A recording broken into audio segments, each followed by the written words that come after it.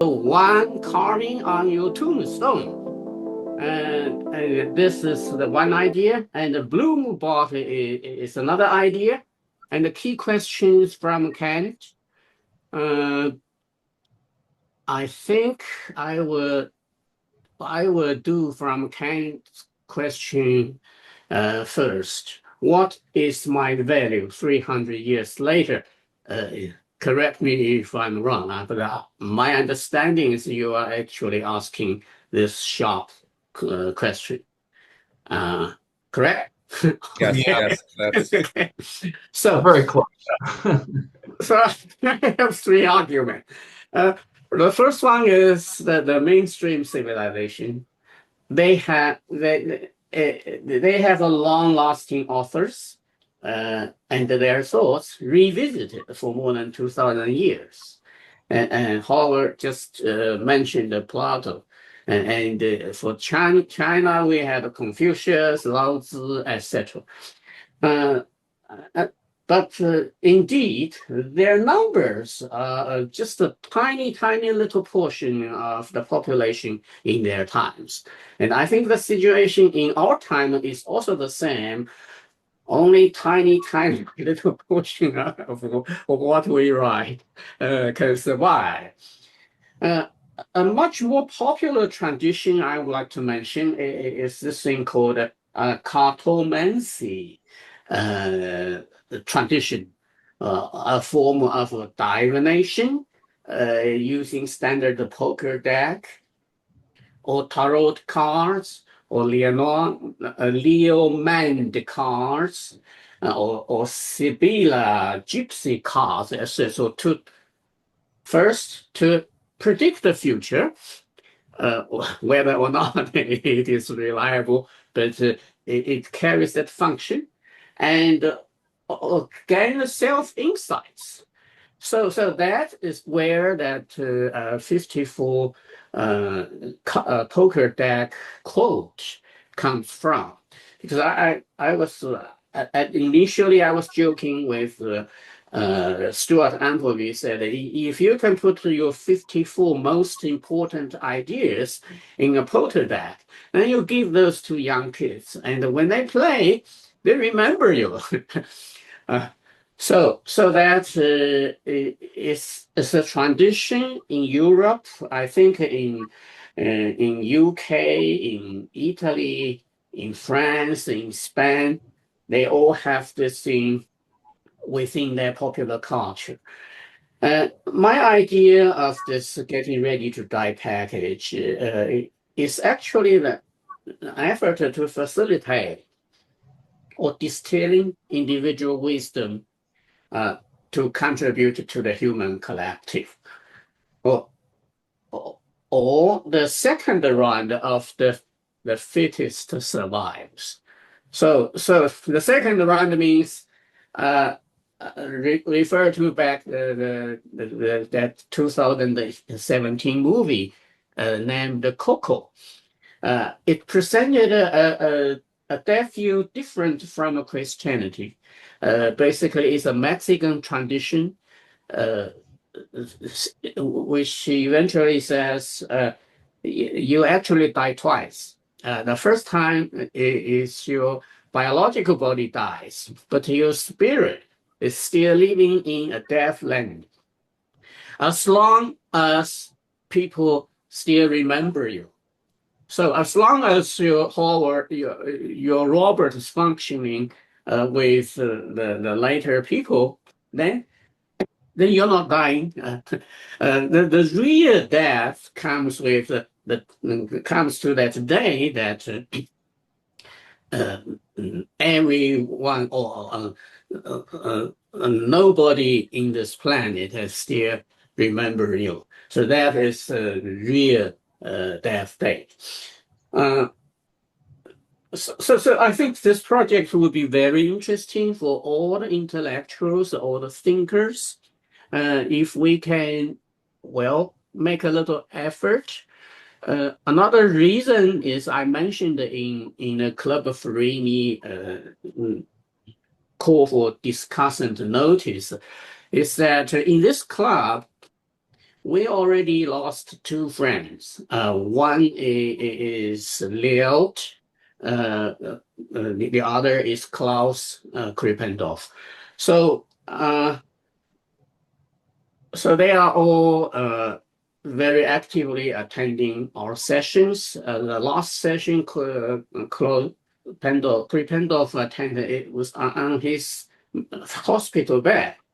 He was trying to talk with us. So that is where this project all comes from. Now, my question to the Blue Bot and its creator, you, Howard, and Ryan, perhaps. This is indeed a way that Howard can gain eternity as long as the server fee is paid, Yes. right? so you can. I suddenly, when I saw your news, I talked to my wife and said, "Oh, all our money now has a meaning now because we can donate those money to sustain the server." So the youngsters, we don't have kids, so what to do with the money when we die? Now, it's a good way to use that. But more important is, if this Robert passed your examination and obtained your endorsement of its avatar status, it completely representing you. And where it evolved a long time, and evolving content, I mean, with a changing time and changing context, changing environment, can it be changed a little bit by itself without you knowing? And would you still agree that it's you? And is it it or he?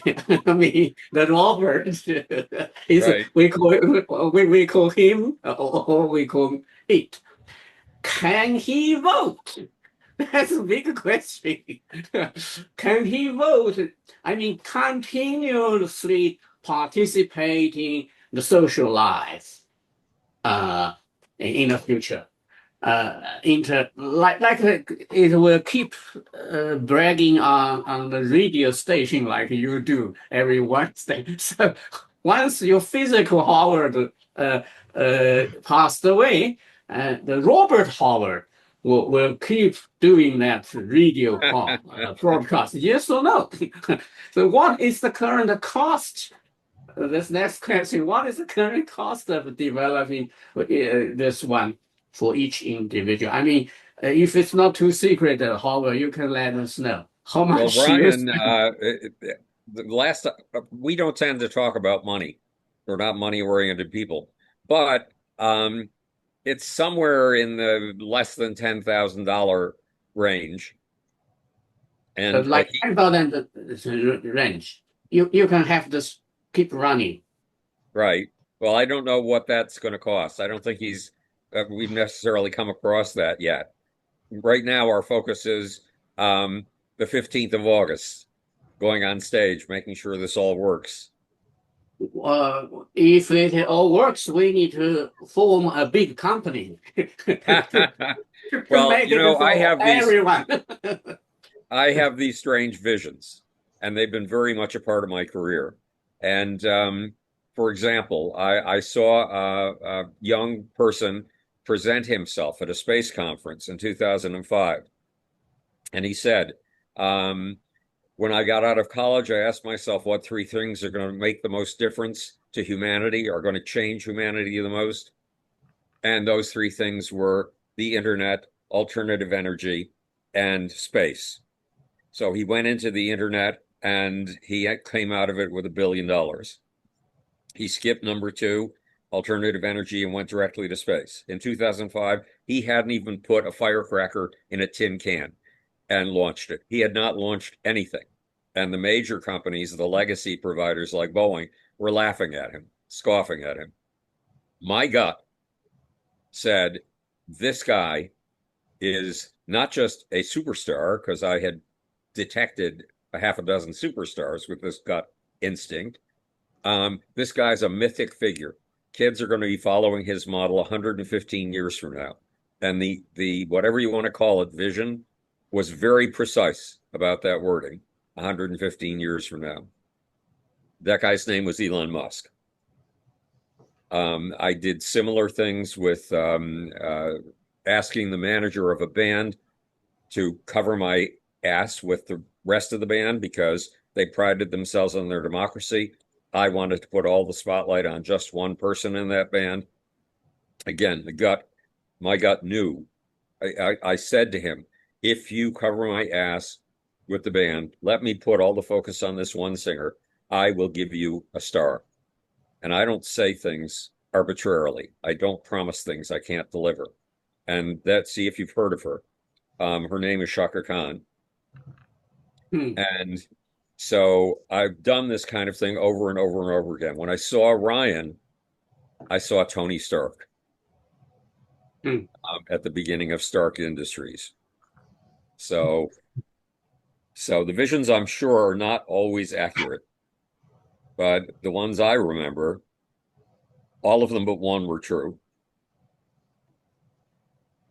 Okay. Yeah, well, it just goes to show that if you really make a decision, you could do it. What's his name? The Open Society guy.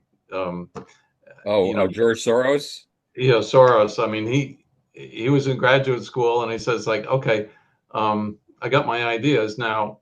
I want to be powerful and effective. Either I can go into politics or I can make money. And said it's a lot easier to make the money. So for him. And all I did was just start trading, and you had $1 billion. It's like that was easy, but that wasn't the point. The point was to get to the politics. Right. Interesting. Okay, last slide is what should be in my avatar bowl. So I don't know what's already in Bloom bowl. You just mentioned you had a long conversation with it. Right. Ryan fed all your books to it. So Right. what else makes it more like you or get as closer to you as possible? So I was just thinking of from air that what should be put if I make one for myself, or if we ask Ryan to make one for myself. Ontology side, I have some ideas different from the mainstream, which I call limitedness of local accesses. Or floating stability, eigenstatus. Epistemological side, I tend to be on the rank of constructivists, creating an ongoing dynamic learning frame, even for the robber itself, not just to represent myself. Methodology side, another emphasis on knowing through doing things. Okay, so I had a talk at the UK Operations Research Annual Conference. I proposed that system thinking, the concept of system thinking, needs to be changed into system authoring, OTA, observing, thinking, and acting. So it's time to combine these three elements together for a lot of academics, a lot of professors. They omit the doing part. So that's a methodology. Axiology side have some ideas of how to deal with the current clash of the value systems in our world, like the clash of the Western value system with, let's say, Islamic value system, with Chinese communist value system. The clash is there, obviously under our nose. we cannot pretend not seeing those. And also, I have this little cultural gene hypothesis, and based on that, I also have framework of the civilization evolution theory. Actually, that was the initial contact Howard, you and I talked about over the emails. So, specialty side is more like cybernetics being expanded into systemic cybernetics and informatics, all combined, a trinity entity to teach to the young generation.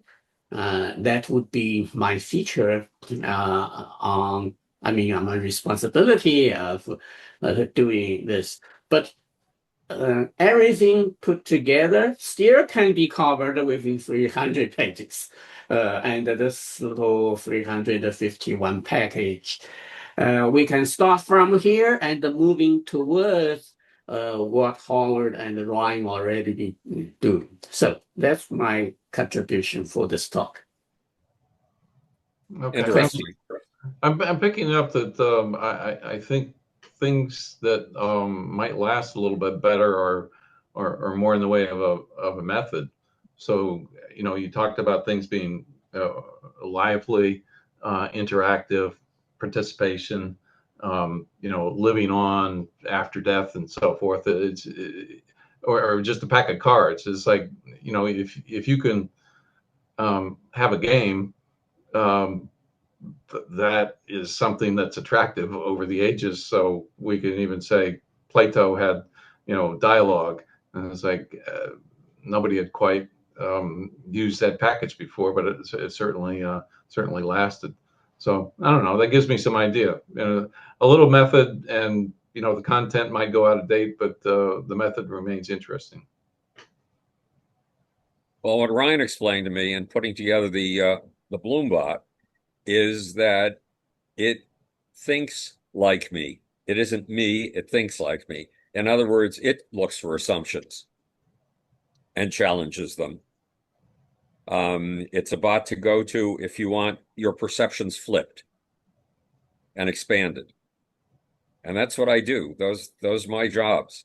Flipping existing perceptions and using the result to build something higher. So you can trust it even after you're gone. It will keep it function correctly, right? I will have to trust it because it's the best I got. And tombstones of very little value to me, or an expensive funeral. This is what's of value to me. And then there's a hopeful story here. Once upon a time, there was a painter who was painting in a style that other people simply did not understand. And he sold a total of, his brother was one of the best connected art dealers in Europe. And yet the painter only sold 2 paintings in his entire lifetime. So by the time he killed himself, in part, it was because we all loved him. Yeah, he felt that no one appreciated him, that his work was useless, that he was useless. And then his brother, the two of them were very, very close. And his brother had just gotten married when the painter killed himself. And his brother died 6 months later. So now there was this young, pretty widow, and she found the collected letters between these two brothers. And she put together the story in it. And she used that story to give clarity, a perceptual lens that would open up the paintings of this guy. And she spent the next 25 years of her life promoting this dead artist who had only sold 2 paintings. And his name, the name of the artist, was Vincent van Gogh. Now, that's a miracle. Yeah, so we all need publicists. That's what we need. Yes, exactly. So we need somebody to write the story for us. Right. Or Howard, you already had that, right? Right, I've got 2 autobiographical You books. even had a movie made of you. And yes, there's a movie made of me. I'm sure there are more movies implicit because the bizarre things, the things I've done are totally bizarre. They don't fit the normal scientific mold. And one day I asked the Bloombot, shouldn't I feel guilty about taking all this time every week to research and write a script for 545 radio stations on things in current events? How does that relate to my science? And the Bloombot said, that's your lab work, your living lab. It was a very clever idea, but in reality, I loathe the lab. It's very important, but it can't be all of science. And what I value more is field work, kind of field work Margaret Mead did in Samoa. That's what I did in the entertainment industry. I, a person in science from the age of 10, went into something I knew nothing about, the entertainment industry. How dare I? Because I was looking for attention storms. I was looking for the kind of ecstatic experiences that artists have on stage and they give to their audience in a really good performance. And because Is that radio only in New York? what video only in New York? Oh, no, you can get a live stream of it. If you go up, let me find the Eventbrite. Where do I have it? Give us the link. Okay. Where is my Eventbrite? Hang on, let's see if I've got it. Yes, here it is. Okay, so let's take this and, oh, come on now, give it back to me. Now we have to position this so I can see the chat again. I don't know whether I just turned the chat on or off. Let me move this screen. There's always a chat button under the screen, under the video. Oh, there's one under the screen. So I hit the chat. No. Oh, there it is, but I have to move it over so I can see it. Okay, there we go. And here, come on. Oh, no, it's not. Let's try it again. Control C. Message. There it is. Yeah. Okay. So you can see the live stream. Cool. At Eventbrite, or at least I'm told how to get it at Eventbrite. It will be very interesting. You never know whether you're going to pull something off until you've done it. However, the chatbot is very loquacious. I am very loquacious. So I think we'll do fantastically, actually. I admire your uniqueness and want to get further into it someday. What the growing up under Mao did for you and to you, I'd like to know, because in the groups where we've treaded, I think it's all been an alt-fi or something like that.